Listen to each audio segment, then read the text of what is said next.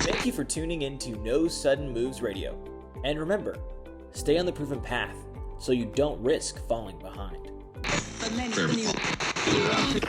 Here at Business Legends, we don't overthink it.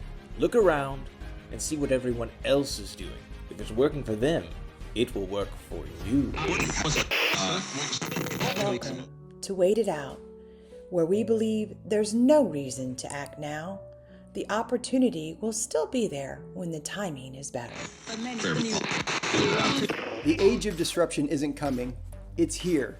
And the boldest move isn't following the crowd, it's following your why.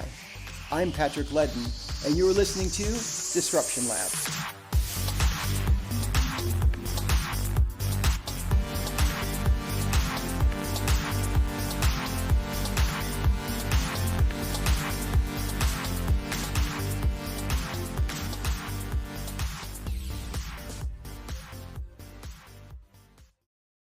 Have you ever been to the opera? I have. My wife loves it, and over time I've come to really appreciate and enjoy it on so many levels. The precision, the emotion, the discipline, it's a world where everything has to come together at exactly the right moment. And that's what makes today's conversation so interesting. This week on the Disruption Lab, I'm joined by Keri Alkema, an internationally recognized soprano who has performed with some of the world's top opera companies, including the English National Opera, Washington National Opera, Santa Fe Opera, and Seattle Opera. Critics have taken notice over the years. The New York Times described her performance as compelling with a rich toned voice.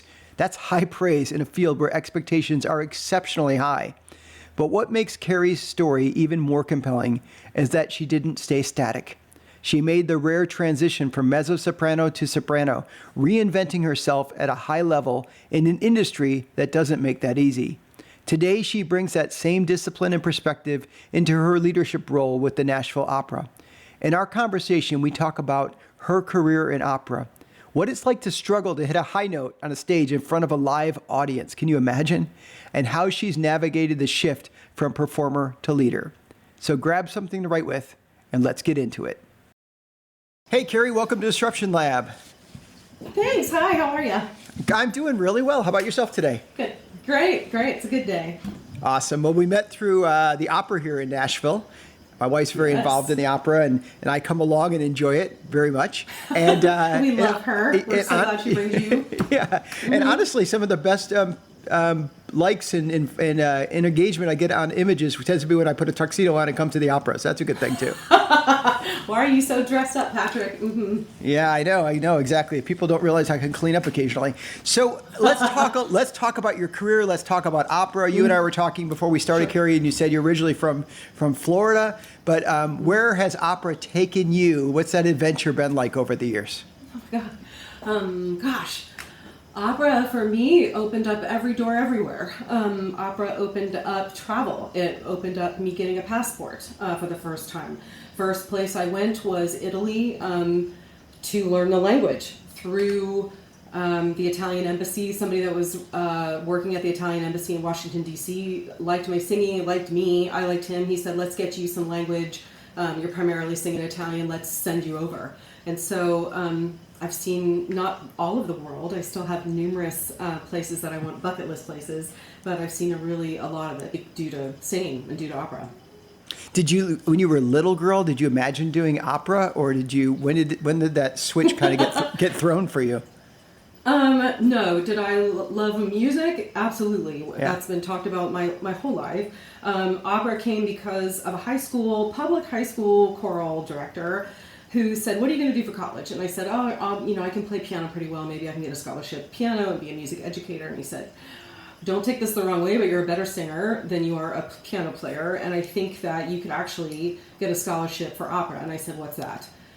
And came home and said, Mom, this is what he said. My mom started looking it up. The Three Tenors were playing down in Miami. And so she drove me down there to see a Three Tenors concert. We couldn't afford the fancy seats. We sat in the nosebleeds, and I said, Mom, there's some empty seats right down on the red carpet. I wonder if they would let me in during intermission. We went down, and then I got to see them from far away, and then I snuck in and saw them close up. And I thought, how do you do that? I want to learn how to do that. And then I ended up with a full ride because of a high school choir director. and changed my life. I would have no idea that this is the roller coaster I was going to get on. And I did, and I loved every minute of it. Well, a lot of people are nervous getting on roller coasters, but a lot of people are nervous, stepping up in front of people, talking in front of people, much less singing and performing in front of people. Were you born with that capability? Did you grow into it? Was there a moment in life where you're like, gosh, I'm just good at this. I'm going to get up on stage. I enjoy it.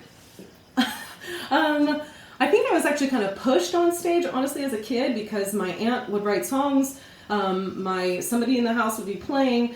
I'm from the South, so we grew up in church, and so my cousin and my sister and I would sing these songs in harmony in front of the church, so I kind of grew up. So to me, it was second nature. I didn't think anything about it. Singing was second nature. Now, talking was a whole different thing, but performing was something that became very just innate and in my blood to do. Doesn't mean that the nerves weren't there. Nerves are always there. When I transitioned to soprano, the nerves got worse. You're only as good as your last high note. So, all performers have to learn how to deal with their nerves and what that looks like. And I found my secret sauce, my recipe for that, and went with it.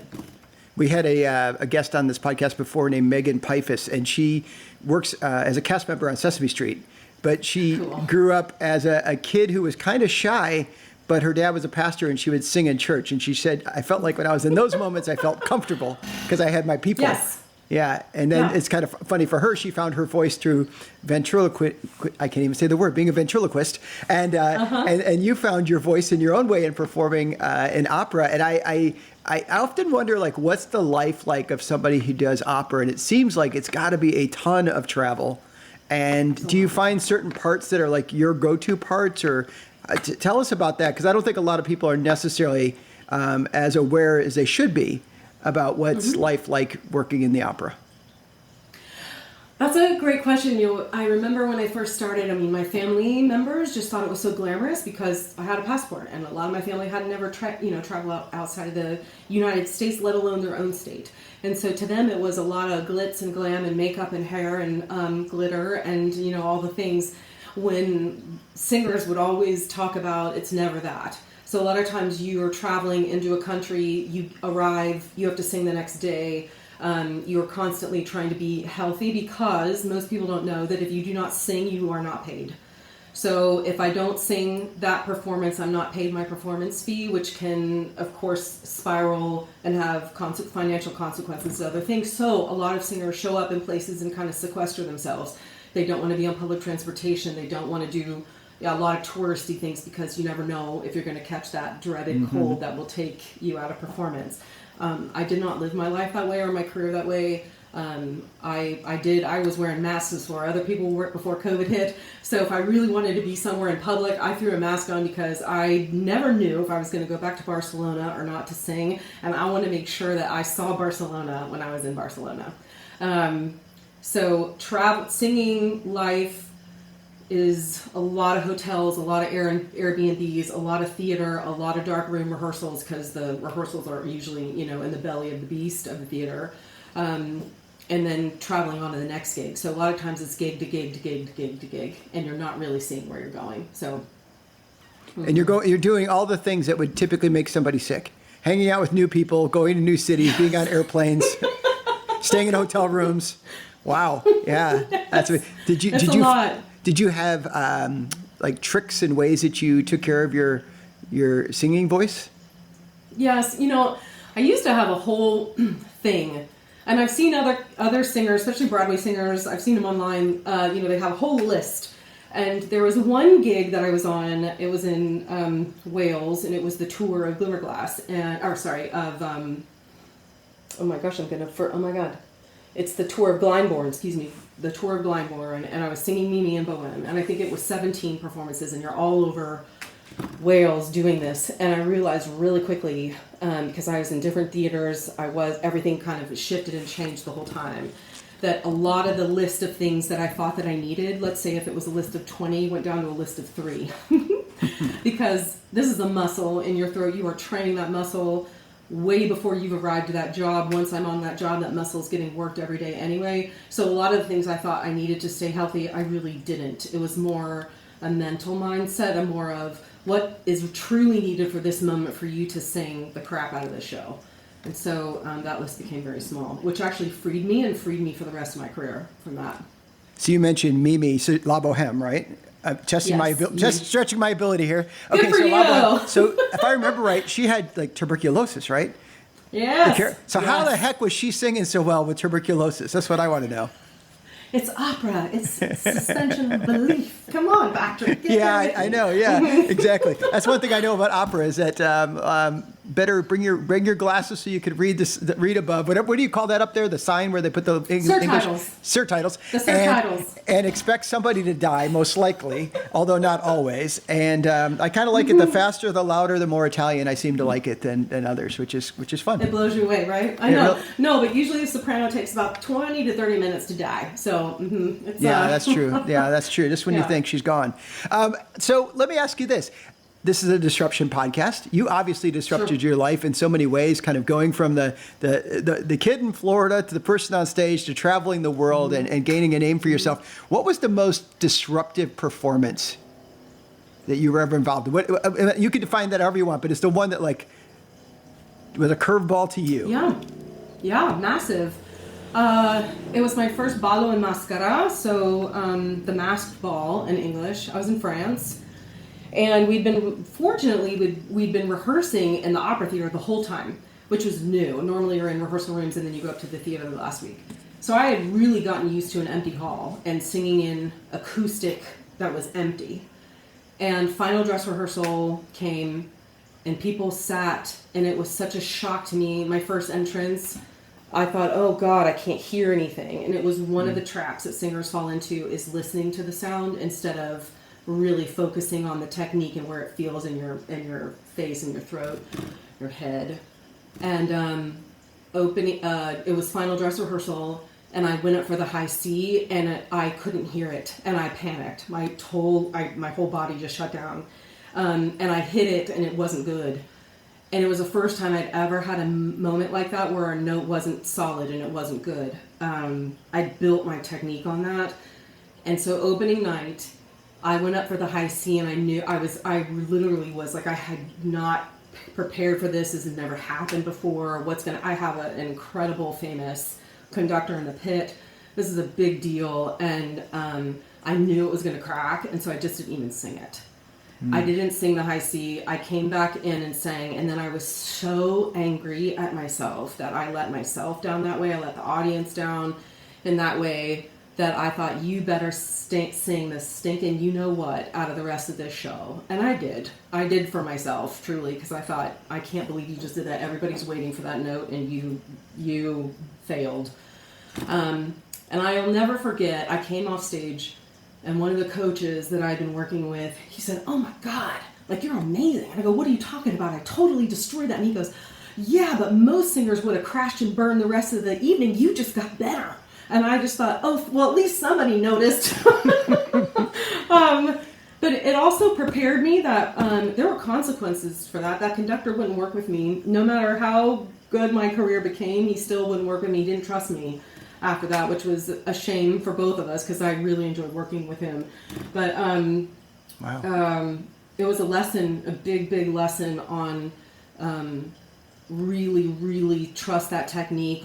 You can use both you can use both the technique and the listening, but never again will you rely on sound like that, no matter what hall you're in, no matter how glorious it sounds back to you. Is it just because there's so many people absorbing the sound? Is that what they're doing? Yeah. Or that you can't hear it back? Yes. Oh, wow, that would be terrifying in a way. It is. And you never know. To do that. So there's kind of both sides of that. In that moment, you didn't go for that C, and you kind of paid a price for it as far as that one conductor relationship goes. But then you were able to somehow dig deeper in that moment, which is really, I don't know how you do that. I would imagine most people would like a coach said, most people would fold their cards and call it quits at that point, at least in that performance. Yeah. Where do you think that came from? That gumption?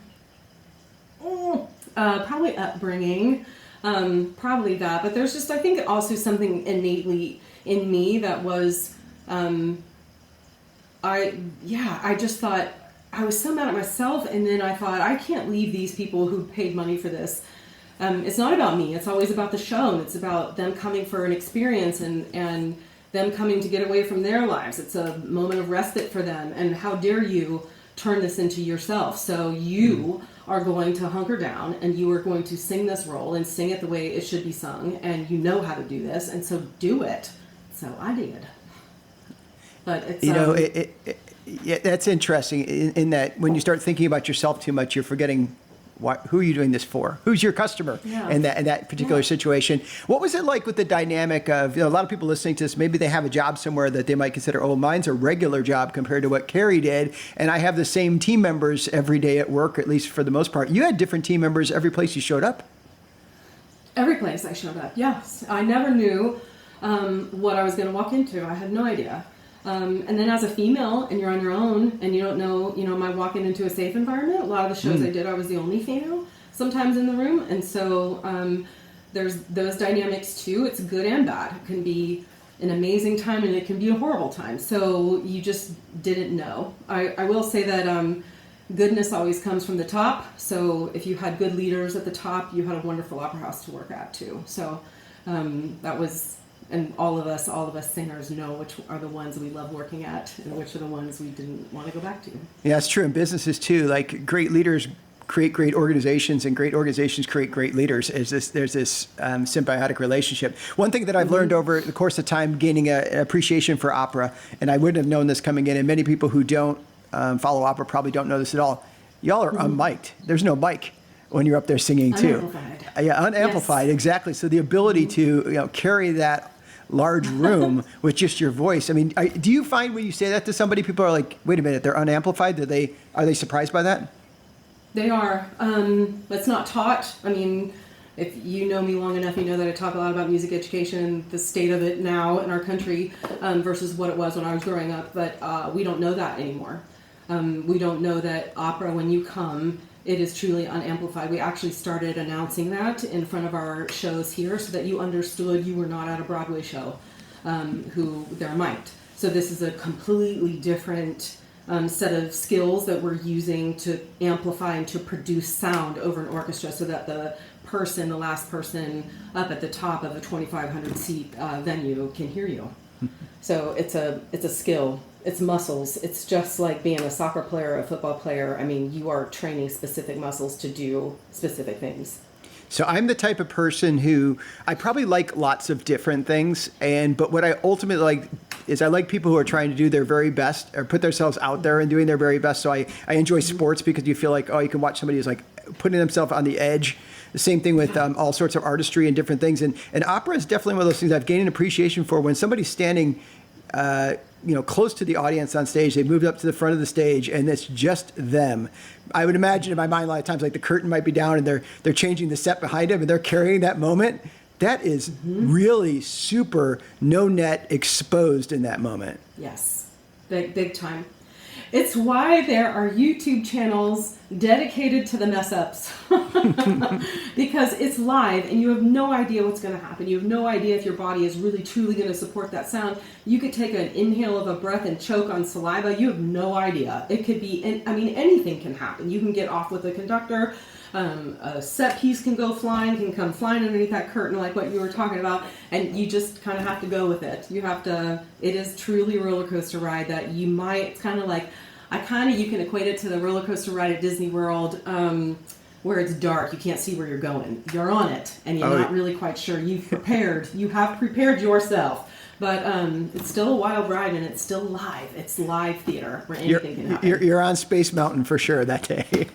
Yes. Right into the dark. So I remember when we used to live in Louisville. We lived there for about 12 years, pretty much where our children grew up at before we moved to Nashville. And we would go to the opera in Louisville. And the director at the time of the opera in Louisville would talk about how opera's only good if you can see the whites of the performer's eyes. It was creating that intimacy. What do you think of that idea? That intimacy with the audience. I was taught that early on, that the eyes are the window to the soul, right? And so the minute you close your eyes and you're singing and you're meaningful and it means something, it really is only meaning anything to you. It's not meaning anything. You're not translating those emotions from the whites of your eyes to your audience. So it's a loss when someone closes their eyes for an extended period of time while they sing, because then I just lost them. That's so true. It's like when you shut your eyes down, it's like you're going into your own head at that moment. Mm-hmm. Yeah. What? My job is really to share that with the audience. So you've been going through a transition yourself from performer to a leader in a different way. Talk a little bit about that journey. How long did you perform, and what role are you moving into? What role do you have now, and where are you moving into over time? I sang for 20 plus years all over the world. I was on a hamster wheel for a long time, and then COVID hit, and COVID, forced it, threw us all off that hamster wheel, a lot of my colleagues, and it actually was able to take stock and to really think about what I wanted for the future. When I came back to singing, when we were allowed to go back to the theater, I went, and a lot had changed, and a lot I wasn't sure I really wanted to be a part of anymore. A lot of the joy wasn't there. And I thought, what do you want to do? Do you want to still stay in opera? Do you want to do something else? A big part of my career had to do with the Vanderbilt Voice Clinic. I knew Tom Cleveland because of my teacher at Florida State. I love Tom Cleveland and what he built. It's an amazing thing. Jenny Muckala has taken that over now. And so because that was such a beautiful, integrated part of my career, so many singers over the years would reach out privately and say, something's going on, I don't know if this feels wrong, my high notes aren't working, or whatever it was, and I just would kind of help disperse to who to go to. And so I thought, I have the ears for it, I could probably be a speech language pathologist for singers. So I was in school doing prereqs to apply to Vanderbilt for that degree program.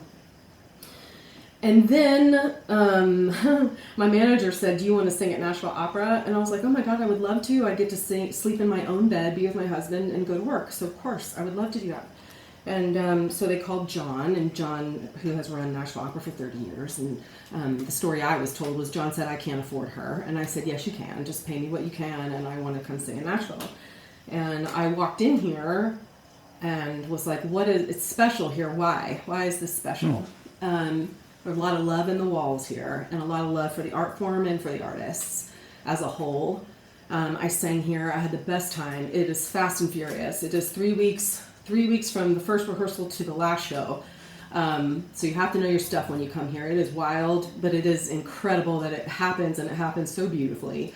And then because John was here and he knew the business, and we all know the same people, and he loves food. And I was getting acclimated to the city. I didn't really know anybody, and he was like, let's meet every month, and let's enjoy food all over the city. I'll introduce you to all this stuff. And we just started having these wonderful conversations. And about 8 months in, he was talking about his future and what he was hoping for the company. And I went home and was like, I didn't want to know any of that. I don't want to get yanked back into the opera world. I don't, no. And but it was always a part of my career. Actually, before COVID, I had reached out to Florida State and said, I'm looking at a grad degree in arts and admin.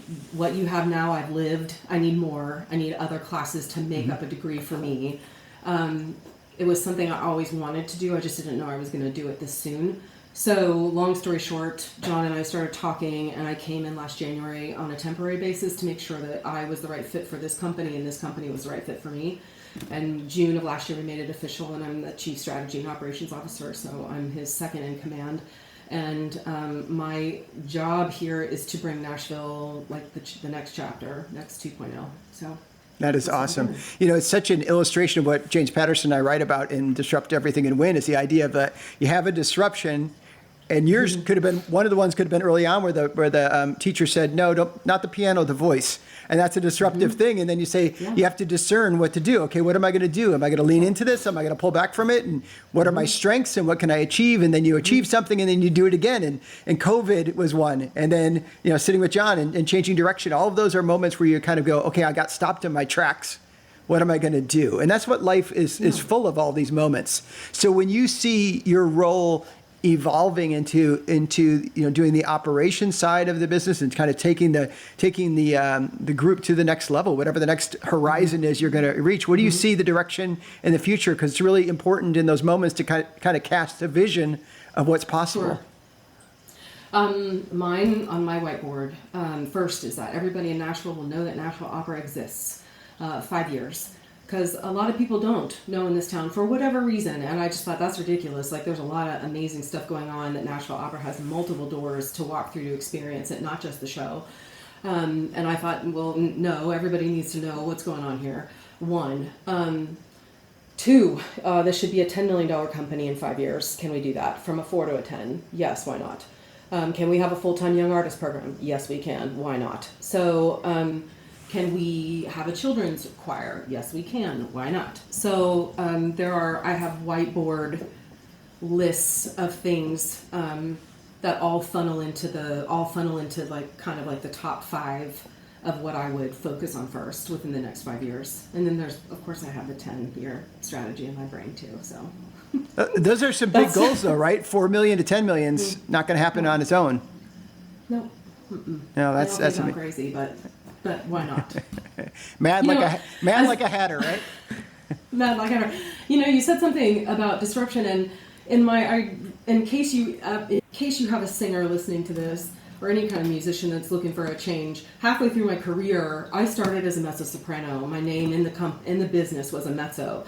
And mid-30s, my voice started changing. It kind of happens to bigger voices in your 30s, where it shifts. And I thought, oh God, no, please. I didn't want to go higher. It's a bigger pool of sopranos. I really wanted to be a Verdi mezzo. I wanted the voice to drop. It didn't. It raised. And so I call it a precipice. I was standing on another precipice of what are you going to do? Because half the business thinks that you're a mezzo. They don't think you're a soprano. They're not going to buy it. They might not hire you. This could totally tank your career.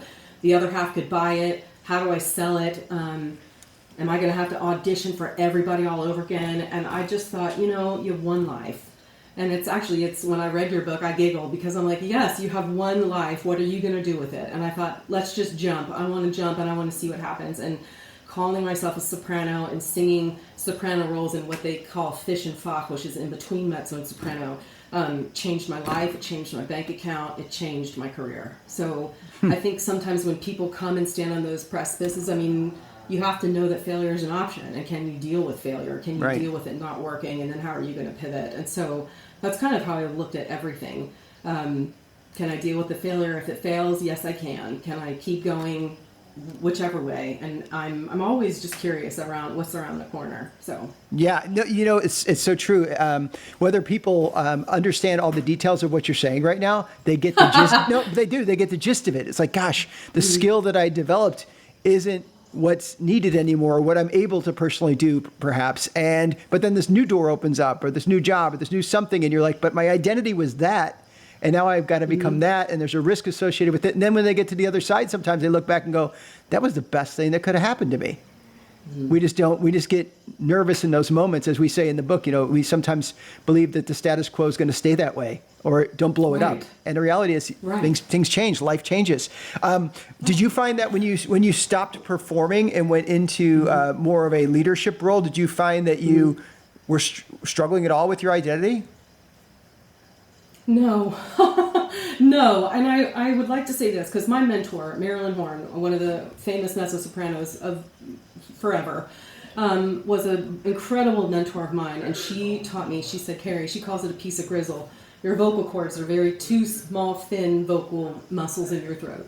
And she called it a piece of grizzle, and they could go at any time. What do you want your life to look at? Those vocal cords can blow on a high note, on a sneeze, on a cough. And your career is over. So what do you want your life to look like? And I built my career around that.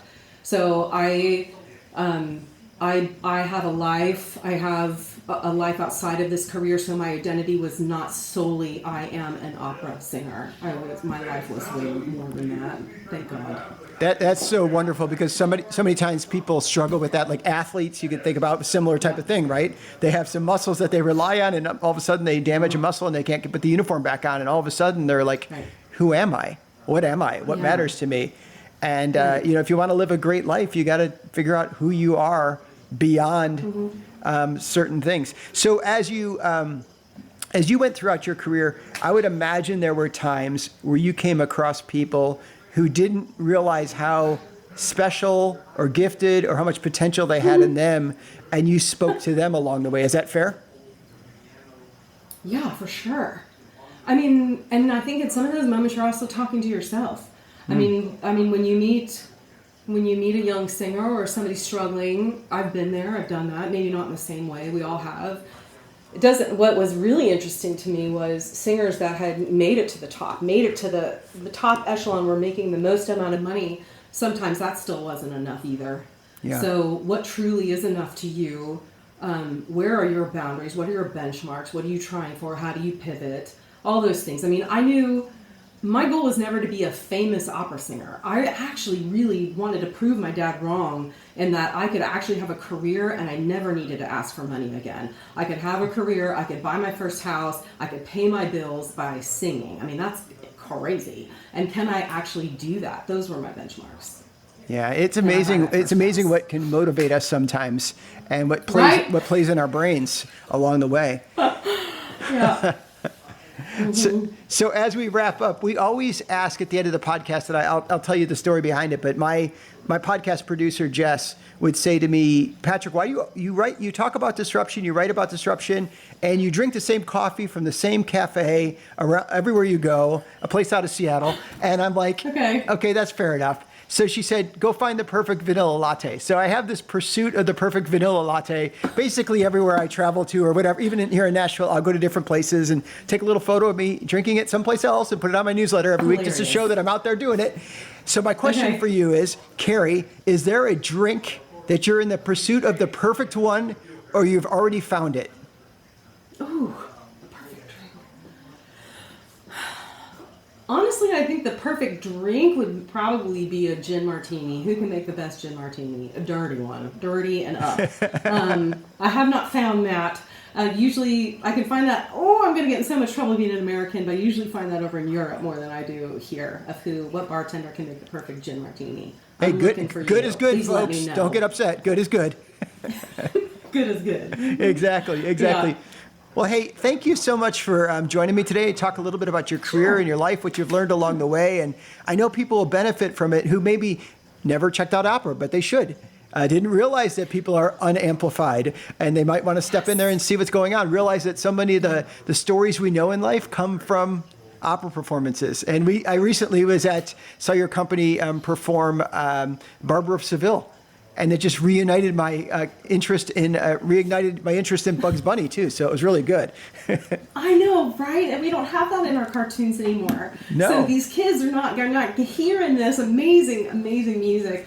And so that's why that's a passion of mine here for education, to be a huge music and art, not just music, but all art education, and have it be accessible to all kids, no matter what their zip code is. They should be able to pick up an instrument, put on a pair of ballet slippers, learn how to sing whatever they want to sing, all the things, pottery, art, you name it. So we need to have that access to that for all kids. I love that. I so agree, and it's an argument that we need to keep making. Absolutely, all the time. Yep, changes lives, and it's a unifier. It is, absolutely. Thanks so much for joining us. Appreciate it. Thanks for having me. Well, big thanks to Keri for joining me today. What stands out is this: whether you're on stage or in your own work, there's always a moment where preparation meets reality. And yes, there are times when things don't go perfectly. Keri talked about that openly. But here's the bigger truth.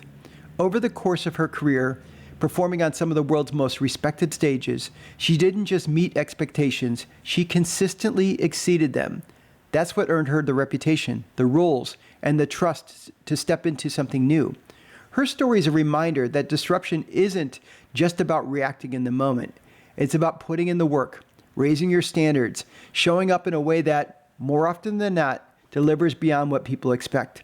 If you found this conversation valuable, share it with someone who could use it. And if you haven't already, make sure you subscribe to the Disruption Lab so you don't miss what's coming next. Until next time, go disrupt for good.